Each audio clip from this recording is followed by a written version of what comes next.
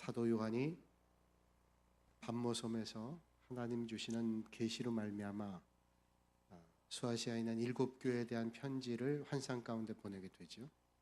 오늘 세 번째 에베소 서머나 교회를 위해서 다음에 버가모 지역에 있는 교회입니다. 이 버가모라고 하는 도시는 수아시아 지역에 있는 에베소 서머나와 함께 3대 도시에 해당이 되는데, 로마의 정복하에 있을 때 수아시아의 행정 도시였던 곳이 버가모라고 하는 곳입니다. 그러니까 이 버가모라고 하는 도시는 정치적인 도시이고 문화적인 도시이고 또 교육과 학문이 발달한 그런 도시였습니다. 버가모가 로마의 수아시아 지역의 행정 수도였을 때 인구가 한 16만 명가량이 됐다 그럽니다. 그 당시 인구 비율로 보면 적지 않은 인구였을 것이고, 또 이 버가모 지역의 행정도시로 발전하게 된 데에는 에베소 서머나가 해변가에 있었더라면 이 버가모는 내륙 지역에 속해 있어서 내륙에 있는 다른 도시들과 연결하는 데 용이했기 때문에 그렇습니다. 이 버가모에는 아스클레피우스라고 하는 신전이 유명한데, 이 아스클레피우스 신전이라고 하는 것은 오늘로 말하면 의과대학이 있는 그 대학병원이 있는 그런 신전이기도 합니다. 의료와 치유의 신이라고 하는 아스클레피우스라고 하는 신전을 만들어 놓고 거기서 병을 치료도 하기도 했어요.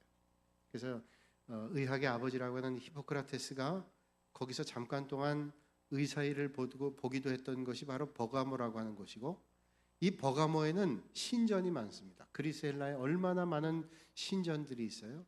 그 중앙에는 제우스 신전이 있고, 또 주변에는 디오니소스 신전, 헤론 신전, 아데나 신전, 데메테르 신전, 세르테스 신전, 황제 신전들, 로마의 많은 황제들을 신으로 추앙하는 황제 신전들이 있습니다.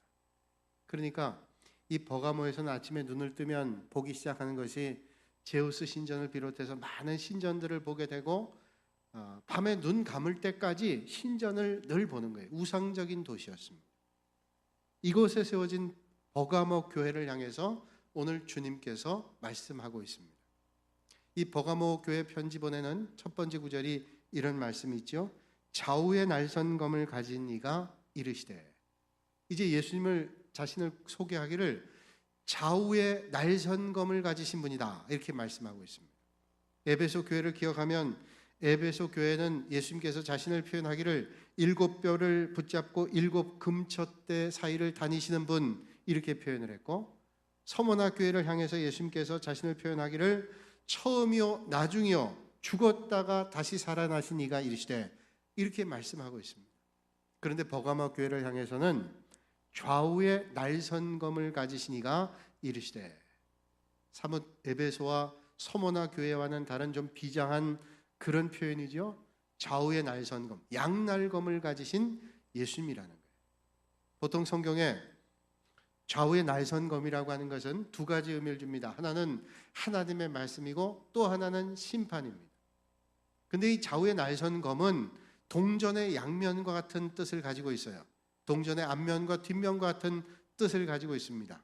좌우의 날선검, 하나님의 말씀, 하나님의 심판은 두 가지 의미를 가지고 있는데, 하나님의 말씀을 받아들이면 이게 복이 되지만 하나님의 말씀을 받아들이지 않으면 저주가 되는 겁니다.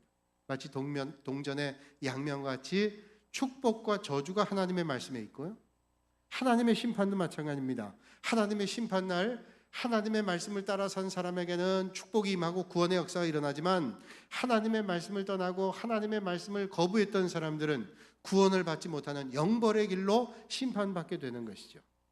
그러니까 구원과 심판이라는 양날과 같다, 그런 의미를 가지고 있습니다. 오늘 본문에는 그 두 가지 의미가 다 표현되어 있다고 볼 수 있습니다. 오늘 본문의 16절에는 검에 대한 말씀이 한 번 더 나오죠. 그러므로 회개하라, 그리하지 아니하면 내가 네게 속히 가서 내 입의 검으로 그들과 싸우리라, 심판과 징계의 검으로 말씀해 주고 있습니다. 오늘 이 버가모 교회를 향해서 예수님께서는 먼저 칭찬의 말씀을 주고 계십니다. 오늘 본문 13절에 칭찬하고 계시죠. 내가 어디에 사는지를 내가 아노니 거기는 사탄의 권자가 있는 데라, 내가 내 이름을 굳게 잡아서 내 충성된 증인 안디바가 너희 가운데고 사탄에 사는 곳에서 죽임을 당할 때에도 나를 믿는 믿음을 저버리지 아니하였도다. 지금 버가모 교회는 어떤 환경 가운데 있는가 하면 사탄의 권자가 있는 곳이다. 사탄의 위가 있는 곳이다. 이게 뭘 얘기하는가 하면 사탄이 살고 있는 곳이다. 사탄이 지배하는 도시다. 이런 의미를 가지고 있는 거예요. 이게 버가모라는 도시에 버가모 교회가 존재하고 있는데, 이 버가모라고 하는 도시는 사탄의 권자가 있는, 사탄이 지배하는 도시다. 이런 말이죠. 그러니까 역사적으로 이 버가모라는 도시는 우상 신전들이 있고 많은 우상 숭배자들이 있었기 때문에 영적으로 상당히 어두운 도시였음에 틀림이 없습니다. 이 버가모는 에베소나 서머나보다 내륙의 깊은 곳에 있고, 지형적으로 보면 에베소가 터키의 서남쪽에 있다면 거기서 한 80km 위쪽이 서머나 교회고, 거기서 더 위쪽 한 100km 지점이 이 버가모라는 도시입니다. 정치적 문화적으로 아주 발전했기 때문에 여기에 알렉산드리아 도서관과 같은 비견할 만한 큰 도서관이 있었다 그럽니다. 그 도서관의 장서가 약 20만 권이 됐다 그래요. 역사학자들이 말하기를. 오늘 20만 권이면 뭐 20만 권 있는 도서관 많습니다. 그보다 훨씬 많은 도서관도 있죠. 그 당시 20만 권이라면 인쇄술이 발전하지 않고 또 많은 그 문물이 떨어져 있는 그때 20만 권의 책을 가지고 있었다는 건 대단한 장서를 가지고 있었다는 거예요. 그 정도로 문학적이나 또는 학문적으로나 문화적으로 발전했던 도시가 이 버가모라는 도시였다는 것이고, 또 우상의 신전들이 많았던 그런 도시란 말이죠. 그걸 주님께서 아신다는 말씀입니다. 그래서 오늘 주님 말씀하시잖아요. 내가 어디에 사는지를 내가 아노니 거기는 사탄의 권자가 있는 데라. 사탄의 도시, 사탄이 자리 잡고 있는, 사탄이 지배하는 그런 도시인지를 주님은 아신다고 하는 거예요. 이 아스클레피우스 신전이라고 하는 것은 아까 말씀드렸지만 의료와 치유의 신인데, 여러분 거기 의료와 치유의 신을 상징하는 것이 뱀으로 나와 있습니다.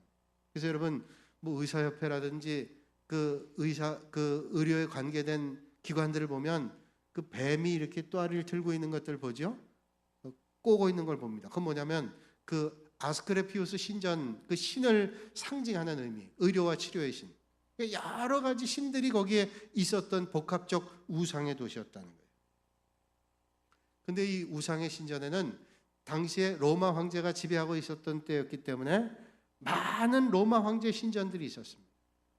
그러니까 예수 믿는 그리스도인들이 이 우상의 도시에서 우상을 숭배하지 않고 로마의 황제를 숭배하지 않고 하나님을 섬기고 주님을 따른다고 하는 게 얼마나 힘들었겠어요. 예수 믿는 것 때문에 핍박을 당하고 고난을 당하고 어려움을 당했습니다. 그럼에도 불구하고 이 버가모라는 우상의 도시 한 모퉁이에는 예수 그리스도를 주로 고백하는 교회가 든든하게 서 있었고, 그 핍박과 어려움 가운데도 교회가 믿음을 잃지 않고 든든하게 서가고 있던 것을 주님은 아시고, 내가 안다, 네가 사탄의 권좌에 있는 것을, 그러나 믿음을 지킨 것을 내가 안다고 주님께서 칭찬하고 있어요. 사랑하는 여러분, 여러분의 삶의 자리가 어떻다 할지라도 그 자리에서 주님을 나의 주라고 고백하는 믿음의 자리가 있기를 주님의 이름으로 축복합니다. 이 버가모 교회에 예수님께서 말씀하시기를 내가 너희들이 사탄의 권좌에 있는 것을 안다고 말씀하시면서 그 가운데 내 충성된 증인 안디바를 얘기해요. 안디바가 너희 가운데 곧 사탄 거하는 곳에서 죽임을 당할 때에도 나를 믿는 믿음을 저버리지 아니하였도다. 자, 이 고난과 핍박 가운데 버가모 교회 성도들이 믿음을 지켰을 뿐만 아니라 그 가운데 충성된 증인이었던 안디바라고 하는 사람은 끝내 죽음을 맞이하면서까지도 믿음을 버리지 않았다는 거예요. 여러분, 순교자를 배출한 교회, 귀한 교회인데 이 버가모 교회가 순교자를 배출했어요. 여러분, 우리가 순교라는 것은 정말로 쉽지 않은 것을 알죠. 우리 믿음의 길은 날마다 순교하는 길인데 이 안디바라는 사람이 우상신전의 도시에서 순교를 했습니다. 초기에 역사학자인 요세푸스는 말하기를 이 안디바가 어떤 순교를 말했는가를 그의 책에서 말하고 있는데, 이 안디바를 죽게 할 때 밖에다가 큰 노스의 그릇을 놓고 거기다 불을 떼가지고 물을 끓게 해서 거기다 안디바 옷을 다 벗겨서 거기 던졌다. 그러니까 어떻게 죽었는가 하면 안디바의 순교는 삶아 죽은 거예요. 끓여서 죽인 겁니다. 생각해 보세요. 살아있는 사람이 그 물속에, 뜨거운 물속에서 죽어가는 그 고통. 근데 더 힘든 거면 그 고통의 순간을 피할 수 있는 방법이 있는데 그게 어려운 게 아니에요. 그 고통을 피하는 방법은 딱 한 가지입니다. 시저는 우리의 주님입니다. 예수 그리스도가 우리의 주가 아니라 시저가 우리의 주님입니다. 로마의 황제가 우리의 주입니다. 고백하면 그 죽음의 자리를 면할 수 있어요. 그런데 그 고난의 잔을 끝까지 받는다는 게 얼마나 힘겨웠겠어요. 마음속에 그래, 내가 지금 이 어려움을 극복하고 이 어려움을 피하고 나중에 예수를 주로 고백하면 되지 않겠나. 그런 시험이 얼마나 많이 있겠어요. 안디바의 가족들, 성도들이 얼마나 안디바를 위해서 안타까움을 가졌겠어요. 그러나 안디바는 그 고난의 잔을 받을 때 예수님은 나의 주인이십니다 고백하고 끝끝내 순교의 잔을 받았습니다. 어떻게 생각하면 쉽게 타협할 수 있는 거예요. 타협만 하면 살아날 수 있습니다. 그냥 내가 눈 감고 모른 척하면 살아날 수 있어요. 그러나 진리라고 하는 것은 절대로 타협할 수 없기 때문에 타협하는 순간 거룩함의 정절을 잃어버릴 수 있기 때문에 우리가 하나님을 믿는다고 하면서 우리의 입술과 행동이 그렇게 나오지 않는다면 올바르지 않기 때문에 안디바는 끝까지 순교의 잔을 마셨다는 거예요. 그래서 이 버가모 교회는 우상 신전에 있는 곳에 있었지만 그들의 순수성과 거룩성을 잃어버리지 않은 순교의 피가 흐르는 아름다운 교회가 버가모 교회. 그런데 이 순교의 거룩한 피가 흐르는 곳에 문제가 있습니다. 어떤 문제인가 하면 그 순교의 피를 흐르는 순교자가 있는가 하면 그 순교의 피가 흐르는 고통 가운데 그 선교의 피를 받아들이지 못하는 배교자들이 있어요. 배교자뿐만 아니라 배교할 뿐만 아니라 그 거룩함을 훼손하는 사람들이 있다.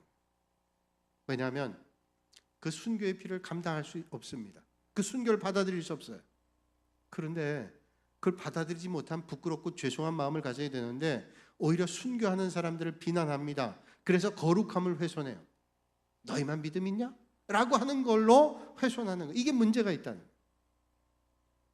그래서 여러분, 우리가 어떤 자리에 있든지 우리는 어떤 환경인가 하는 것을 탓하기보다 내가 어떤 자세로 살아가는가 하는 게 중요합니다.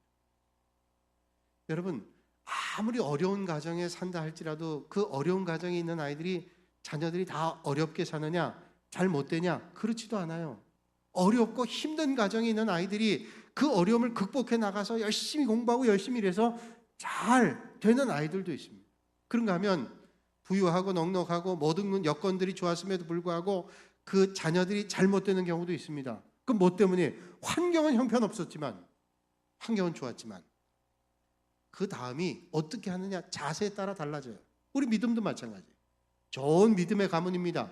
아버지 어머니가 좋은 믿음의 가문을 가지고 있는데 아이는 형편없는 믿음 생활에서 믿음 다 떠나고 믿음의 대가 끊기는 그런 가정이 있어요. 그런가 하면 아버지는 형편없는 사람이에요. 믿음은 고사하고 술 주정뱅입니다. 하나도 본받을 게 없습니다. 차라리 안 보는 게 나을 것 같은 그런 부모를 가지고 있는데도 자식은 주님을 만나고 믿음의 길로 믿음의 일대가 되는 그런 가정도 얼마든지 있다는 거예요. 그러니까 중요한 것은 환경의 영향을 무시할 수 없지만 그 환경을 탓하기 전에 어떤 자세로 내가 살아가는가, 이게 중요한 거예요. 버가모 교회가 그랬습니다. 버가모 교회는 우상의 신전이 있고 많은 어려움들이 있고 핍박이 있었지만 버가모 교회 성도들은 죽을 때까지 믿음을 가지고 순교하고 하나님을 향한 믿음을 버리지 않고 주님을 나의 주라고 고백했던 그런 교회였다는 거예요. 그래서 주님께서 아신다 그랬어요. 너희들이 얼마나 믿음을 지켰고 끝까지 믿음을 버리지 않았나, 주님이 이걸 칭찬하셨습니다. 버가모 교회는 쉽게 타협한다면 살아갈 수 있었을 겁니다. 눈 감고 내 속에는 믿음이 있지만 내가 살기 위해서 겉으로는 대충 고백하면서 그러면서 타협하며 살아갈 수 있었어요. 그러나 저들은 절대로 그런 일을 걷지 않고 거룩한 신앙의 정절성을 버리지 않고 죽음 앞에서도 주님의 이름을 부르짖고 죽음을 맞았어요. 오늘도 마찬가지입니다. 우리가 어떤 환경 가운데 있다 할지라도 거룩함의 정절성, 믿음의 신실성을 잃어버리지 않고 얼마든지 믿음의 길 걸어갈 수 있어요. 크리소스톰이라는 초대교회 교부가 있습니다. 그 당시에 로마의 황제들이 얼마나 핍박을 했는지 어려움이 있었어요. 불신앙의 세력들이 자꾸만 일어나게 되고 압박을 합니다. 결국 이 크리소스톰도 순교하게 되는데 한 번은 그의 제자가 크리소스톰에게 말합니다. 선생님, 온 세상이 우리를 반대하고 있습니다. 이 어떻게 해야 됩니까? 한두 사람이 아닙니다. 몇 프로의 사람이 아닙니다. 온 세상이 우리를 반대합니다. 예수 믿는다고 하는 것 때문에. 어떻게 하면 됩니까? 그때 크리소스톰이 아주 유명한 대답을 했습니다. 그래? 그러면 우리가 그 온 세상을 반대하면 되지 않냐? 온 세상이 우리를 반대한다면 우리는 그 세상을 반대하면 돼. 그게 무슨 의미예요? 온 세상이 우리가 예수를 믿는 것 때문에 핍박한다면 그거에 우리가 타협하지 않고 우리는 믿음의 정절을 지키면서 올바른 믿음의 자리에서 세상을 거스리며 이겨나가면 되지 않냐? 이런 고백. 성경은 말씀하죠. 이 세대를 본받지 말라. 여러분, 이 세상의 잘못된 시류와 세태 본받지 않고 하나님의 거룩함을 따라가실 수 있기를 주님의 이름으로 축복합니다. 신앙의 절개를 지키기 위해서는 이 세상과 대결할 수 있는 안디바 같은 사람이 그리워지는 때, 많은 사람들이 세상에 살면서 내가 예수 믿지만 세상에 살기 얼마나 힘든데 미안합니다. 그리고 세상에 내 신앙의 절개를 잃어버려요. 그리고 세상에 타협하며 삽니다. 그러면서 간신히 믿음의 길을 걸으려고 그래요. 그런데 이 버가모 교회는 그 어려움 가운데도 핍박 가운데도 안디바 같은 순교자를 배출해 가면서 그 고통을 견뎌냈어요. 여러분, 왜 안디바를 끓는 솥에 밖에서 사람들이 보는 데서 그 사람을 끓여서 죽게 했을까요? 너희들이 예수 믿으면 이렇게 죽는다는 걸 보여주는 겁니다. 얼마나 두려움과 공포가 있었겠어요. 그런데 그 두려움과 공포스러운 모습을 보면서도 끝까지 믿음의 길을 걸었다는. 그런데 이 훌륭한 버가모 교회도 문제가 들어오기 시작을 했어요. 그 순교의 자리에서 순교하는 모습들, 그러면서도 끝까지 믿음을 지켰던 이 교회도 문제가 생기기 시작했습니다. 오늘 본문 14절과 15절에 문제에 대해서 말씀하죠. 그러나 내게 두어 가지 책망할 것이 있나니 거기 내게 발람의 교훈을 지키는 자들이 있도다. 발람이 발락을 가르쳐 이스라엘 자손 앞에 걸림돌을 놓아 우상의 제물을 먹게 하였고 또 행음하게 하였느니라. 이와 같이 내게도 니골라당의 교훈을 지키는 자들이 있도다. 두 가지 문제가 있는데 하나는 발람의 교훈을 따르는 것이고 또 하나는 니골라당의 교훈을 따르는 사람들이 있었다는 거예요.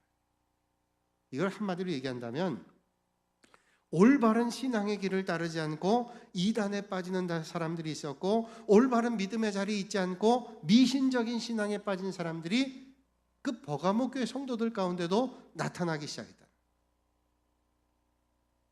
그래서 오늘 예수님께서 이 버가모 교회를 칭찬하면서 순교하고 믿음의 길을 지켰는데 너희들 가운데 유혹이 들어오면서 발람의 교훈을 따르고 그리고 더 나아가서 니골라당의 교훈을 따르는 사람들이 있다. 그러니까 정신 차리라고 말씀하는 거예요.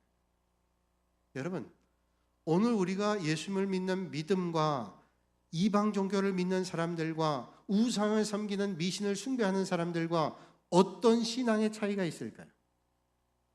여러분, 미신을 섬기는 사람들 헌신이 있습니다. 오늘 점치는 사람들 헌신이 있어요. 여러분, 점치는 사람들 그냥 점치나요? 가서 복채를 주고 점칠 때 또는 무당 푸닥거리 할 때 얼마나 많은 돈을 냈는데요. 그거 비교하면 우리가 하나님 앞에 내가 주님을 죽도록 사랑합니다 하면서 주님 앞에 드리는 거 비교해 보면 그걸 계산해 보면 훨씬 더 적을 수도 있어요. 또 여러분, 온 정성을 다해서 매일 흰물을 물을 갖다 놓고 지성수를 올리고 그런 정성들을 갖는 걸 보면 여러분 그런 신앙적 모습의 양태를 보면 예수 믿는 사람보다 더 뜨겁게 정성을 다하는 그런 것도 있어요. 그런데 미신과 우리 신앙과는 근본적으로 다른 게 있어요. 이런 미신은 뭐예요? 미신이라고 하는 것은 물질이나 정성을 통해서 자기들이 믿는 신을 달래거나 설득하거나 또는 여러 가지 것들을 공을 들여서 마음을 바꾸는 겁니다. 그래서 자기가 복을 받는 거예요. 그러니까 미신은 주체가 뭐냐면 자기들이 믿는 신을 설득을 해서 자기가 복을 받는 거예요. 주인은 누구냐면 자기입니다. 내가 복을 받기 위해서 미신을 섭니다. 그러면 하나님 믿는 것은 복 받으려고 하는 거 아닙니까? 복을 받죠. 근데 그 복이 우리의 목적이 아니라 오늘 우리 예수 믿는 사람의 목적은 어디 있어요? 우리 예수 믿는 사람의 목적은 하나님의 뜻에 있는 거예요. 여러분, 우리가 이 인생을 살아가는데 여러분들이 이런저런 삶을 삽니다. 그런데 이런저런 삶을 살면서 가장 근본적인 목적이 뭐예요? 내가 장사를 하든 공부를 하든 사업을 하든 뭘 하든 인생의 목적이 하나님의 영광. 그러니까 뭐예요? 미신은 내가 주인이에요. 그러나 예수 믿는다고 하는 것은 내가 하나님을 변화시키려고 하는 게 아니라 절대적인 하나님의 말씀 앞에 나를 굴복하는 겁니다. 하나님의 뜻 앞에 나를 엎드리게 하는 겁니다. 그러니까 날마다 바울이 고백하기를 나는 날마다 죽는다 그랬어요. 왜? 주님의 말씀 앞에, 주님의 뜻 앞에 날마다 내가 고백하는, 이게 신앙이에요. 그러니까 오늘 우리가 예수님을 믿는다는 것은 주님 앞에 내 뜻을 이루기 위해서, 관철하기 위해서 하나님 앞에 기도하는 게 아니라 날마다 기도하면서 하나님의 뜻을 묻게 되고 하나님의 뜻에 합당한 기도를 하게 되고 하나님의 뜻대로 살아가게 되는 믿음의 결단이 있게 되는 거예요. 근본적으로 다른 거예요. 그래서 우리가 예배당을 얼마나 왔다 갔다 하는 게 중요한 게 아니라 어떤 믿음을 가지고 믿음의 길을 걷는가, 이게 중요한 것이죠. 내가 변화하지 않고 하나님을 바꾸려고 하는 믿음은, 그 믿음은 미신적 믿음이에요. 하나님을 바꾸는 게 아니라 하나님의 뜻을 묻고 내 생각을 바꾸는 거예요. 그래서 날마다 하나님의 뜻 앞에 내가 엎드리는 겁니다. 그래서 하나님이 원하시는 뜻대로 내가 살아가는 거예요. 그러니까 믿음의 길이 힘든 겁니다. 그래서 좁은 길 가는 거예요. 많은 사람들이 편하고 넓은 길 갑니다. 아니, 하나님이 내 뜻대로만 해준다면 그 믿음 생활이 어려울 게 어디 있어요? 어려운 건 뭐냐면 내가 하나님의 뜻에 자꾸만 맞춰 나가기 때문에 이게 좁은 문 좁은 길이라.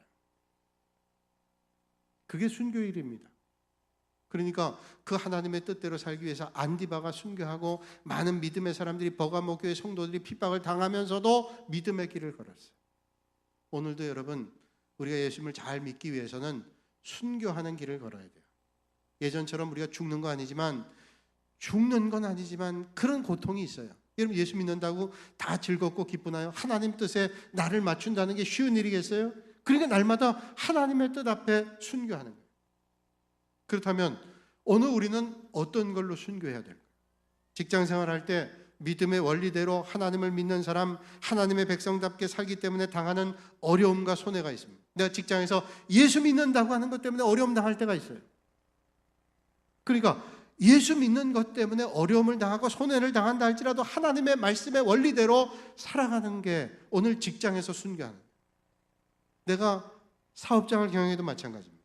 하나님의 방식대로 이끌어가기 때문에 다른 사람보다 좀 늦게 가는 것 같고 어려움 당하는 것 같고 손해보는 것 같다 할지라도 하나님의 원리대로 하는 거예요.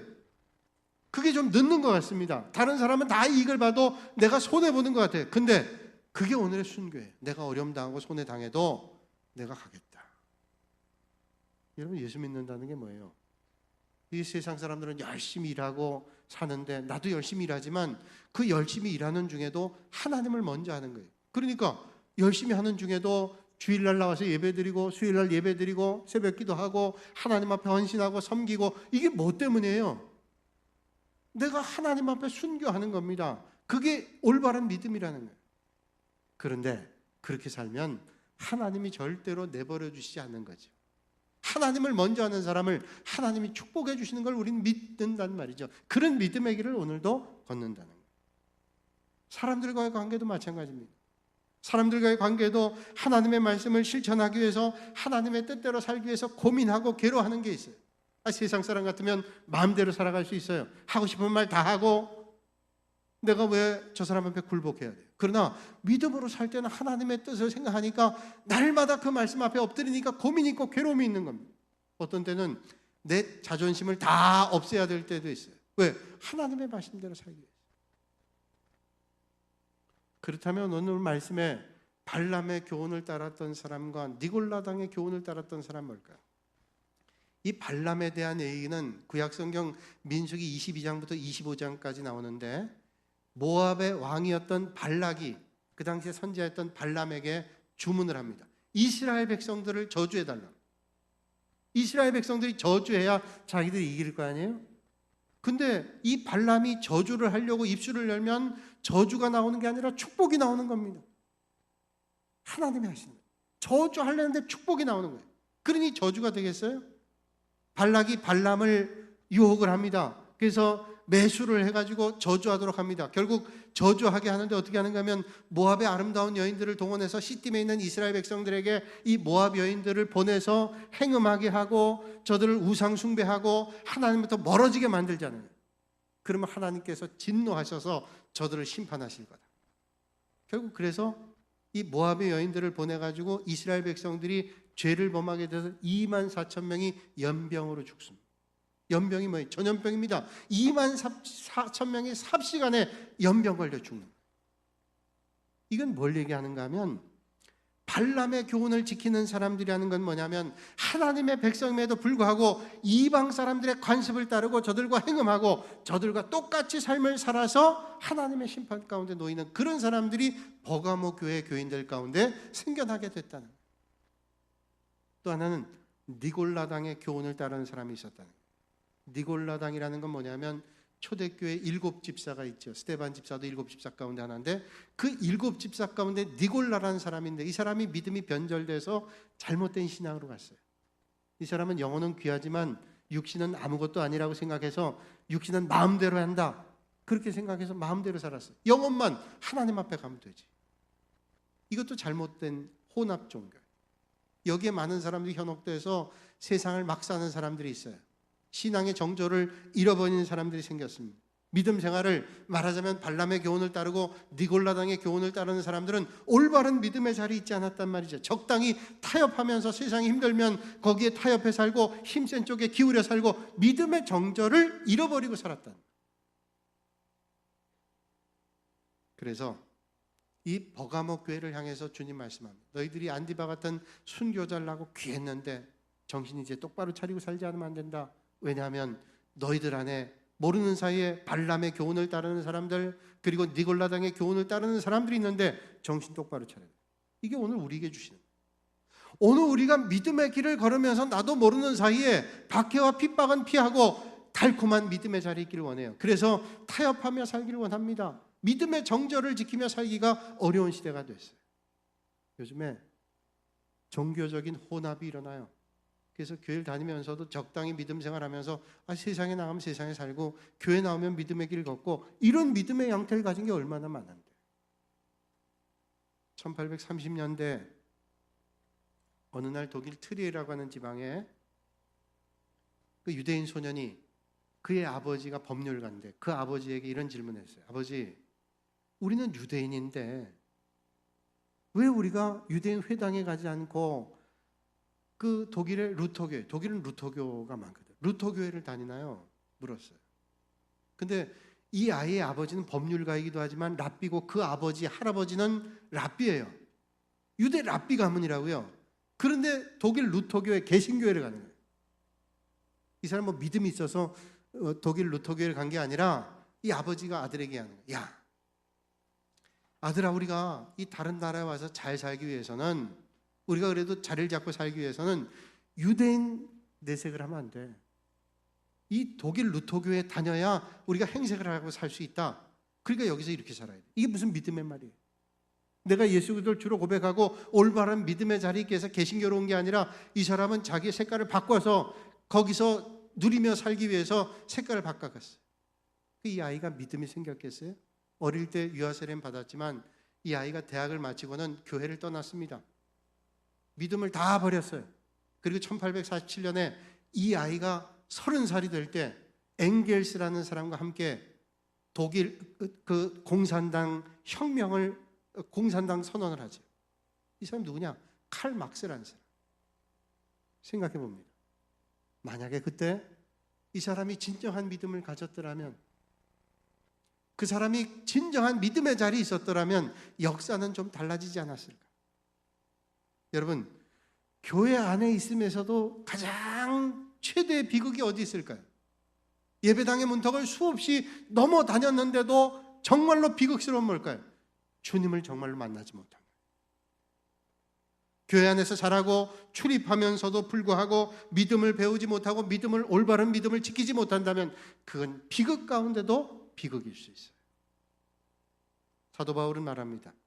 고린도후서 2장 17절에 복음의 능력을 강조합니다. 우리는 수도한 사람과 같이 하나님의 말씀을 혼잡하게 하지 아니하고 곧 순전함으로 하나님께 받은 것 같이 하나님 앞에서와 그리스도 안에서 말하노라. 그러면서 버가모 교회를 향해서 칭찬도 있었지만 주님 말씀하시기를 회개하라, 돌이켜야 된다. 너희들이 이 유혹을 이겨내지 못하면, 그 믿음의 정절의 순수성을 지키지 못하면 결국 하나님이 심판하신다. 그래서 주님이 오신다는 거예요. 재림하신다는 게 아니라 징계하시기 위해서 주님이 오신다고 오늘 말씀하고 있잖아요. 그러나 이 유혹의 어려움을 잘 극복하면 하나님이 주시는 상급이 있다고 말씀하고 있습니다. 오늘 본문 17절 말씀 같이 한번 읽을까요? 17절 말씀. 귀 있는 자는 성령이 교회들에게 하시는 말씀을 들을지어다. 이기는 그에게는 내게 감추었던 만나를 주고 또 흰 돌을 줄 터인데 그 돌 위에 새 이름을 기록할 것이 있나니 받는 자 밖에는 그 이름을 알 사람이 없느니라. 아멘. 자, 귀 있는 자는, 이 하나님의 말씀을 들을 수 있는 사람은 들어라. 이기는 자에게, 이 고난과 핍박과 유혹을 이기는 자에게 하나님이 두 개를 주시는데, 하나는 만나를 주시겠다고 하는 것이고, 감춰졌던 만나, 또 하나는 흰 돌을 주시겠다. 여러분, 만나는 뭐예요? 이스라엘 백성들이 가나안 땅에 갈 때 광야에서 매일 아침에 일어나면 하나님께서 문 열고 나가면 만나를 쏟아부어 주셨어요. 신령한 음식이에요. 영적인 전쟁에서 하나님의 말씀을 붙잡고 나아가 승리하는 사람에게는 영원히 배고프지 않은 만나를, 영원한 신령한 만나를 우리에게 주시겠다는, 또 하나는 흰돌을 주시겠다는.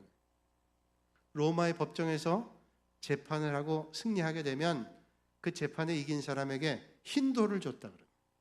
그러니까 승리하는 사람에게 흰돌을 주는데, 그 흰돌에 이름을 새기는데 받는 사람만 그 이름을 볼 수 있대요. 여러분, 오늘 우리가 믿음의 길을 잘 건너 세상에 타협하지 않고 하나님을 향한 믿음의 정절을 지켜 하나님이 주시는 신령한 만나를 만나시고 하나님이 주시는 승리의 흰돌을 받으시는 여러분들이 되시기를 주님의 이름으로 축복합니다. 인도의 간디가 비폭력 무저항 운동을 전개하다가 감옥에 갇혔습니다. 영국의 한 기자가 이 간디에 가서 인터뷰를 했어요. 선생님, 제가 볼 때는 선생님이 이 운동에서 성공할 가능성이 1%도 안 됩니다. 1도 안 돼요, 1도. 근데 왜 이런 무모한 일을 계속합니까? 이제 그만하세요. 얼마나 많은 분들이 선생님 지지하는데, 근데 성공할 가능성은 1%도 안 돼요. 그러니 하시지 마시라고. 그때 간디가 얘기합니다. 반드시 성공할 날이 올 겁니다. 역사 가운데 진리가 졌다는 기록을 보신 적이 있습니까? 우리가 진리 편에 있는 한 반드시 승리할 겁니다. 간디는 진리는 이긴다고 생각했어요. 성경은 말씀하죠. 진리가 너희를 자유하게 하리라. 진리는 지진 법이 없어요. 때로는 늦는 것 같고 더딘 것 같아도 진리는 지는 법이 없습니다. 불리해 보이고 어려운 것 같아도 진리는 지는 법이 없어요. 그러니까 진리는 반드시 이깁니다. 간디는 끝까지 그 길을 갔어요. 여러분, 우리의 믿음은 뭘까요? 믿음은 어떤 환경에 있다 할지라도 하나님의 진리를 바라보고 하나님의 뜻을 바라보고 하나님의 역사를 바라보고 믿음의 길을 걷는 것입니다. 사랑하는 여러분, 세상의 환난과 핍박과 어려움이 아무리 크다 할지라도 하나님의 진리 앞에 서서 세상과 타협하지 않고 진리로 승리하실 수 있는 여러분들이 되시기를 주님의 이름으로 축복합니다. 이제 말씀 정리합니다. 교회를 향한 사탄의 공격 무기는 두 가지입니다. 하나는 핍박이요, 하나는 유혹입니다. 버가모 교회가 외부로 오는 핍박을 이겨냈어요. 순교하는 안디바 같은 사람이 나타났습니다. 그런데 교회 안에 니골라당이나 발람의 유혹과 같은 그 유혹에 넘어가는 사람들이 있었어요. 그래서 주님이 저들을 향해서 정신 차려야 돼요. 정신 차려야 올바른 믿음의 자리에 타협하지 않고 믿음의 진리를 지킬 수 있다고 말씀하고 있습니다. 사랑하는 여러분, 이 세대 하나님께서 여러분들이 불러주신 사명을 깨닫고 하나님의 진리에 서서 오늘도 세상에 나가 세상과 타협하지 않고 올바른 하나님의 말씀으로 승리하실 수 있는 저와 여러분들이 되시기를 주님의 이름으로 축원합니다. 거룩하신 아버지 하나님, 오늘도 이 아침에 저희를 주님 전으로 불러주시며 온 마음을 다하여 하나님을 예배할 수 있도록 은혜를 주시니 감사를 드립니다. 이 세상에 살면서 때로는 악한 영의 강력한 공격을 받기도 하지만 아버지 하나님, 그 공격을 이길 수 있도록 인도하시고, 또 때로는 악한 영의 부드러운 공격을 받을 때도 있지만 그 유혹에 우리가 넘어지지 않도록 인도하시고, 하나님의 말씀을 붙잡고 진리를 따라 세상을 능히 이길 수 있는 믿음의 사람들 되게 하여 주시옵소서. 예수님의 이름으로 기도하옵나이다. 아멘.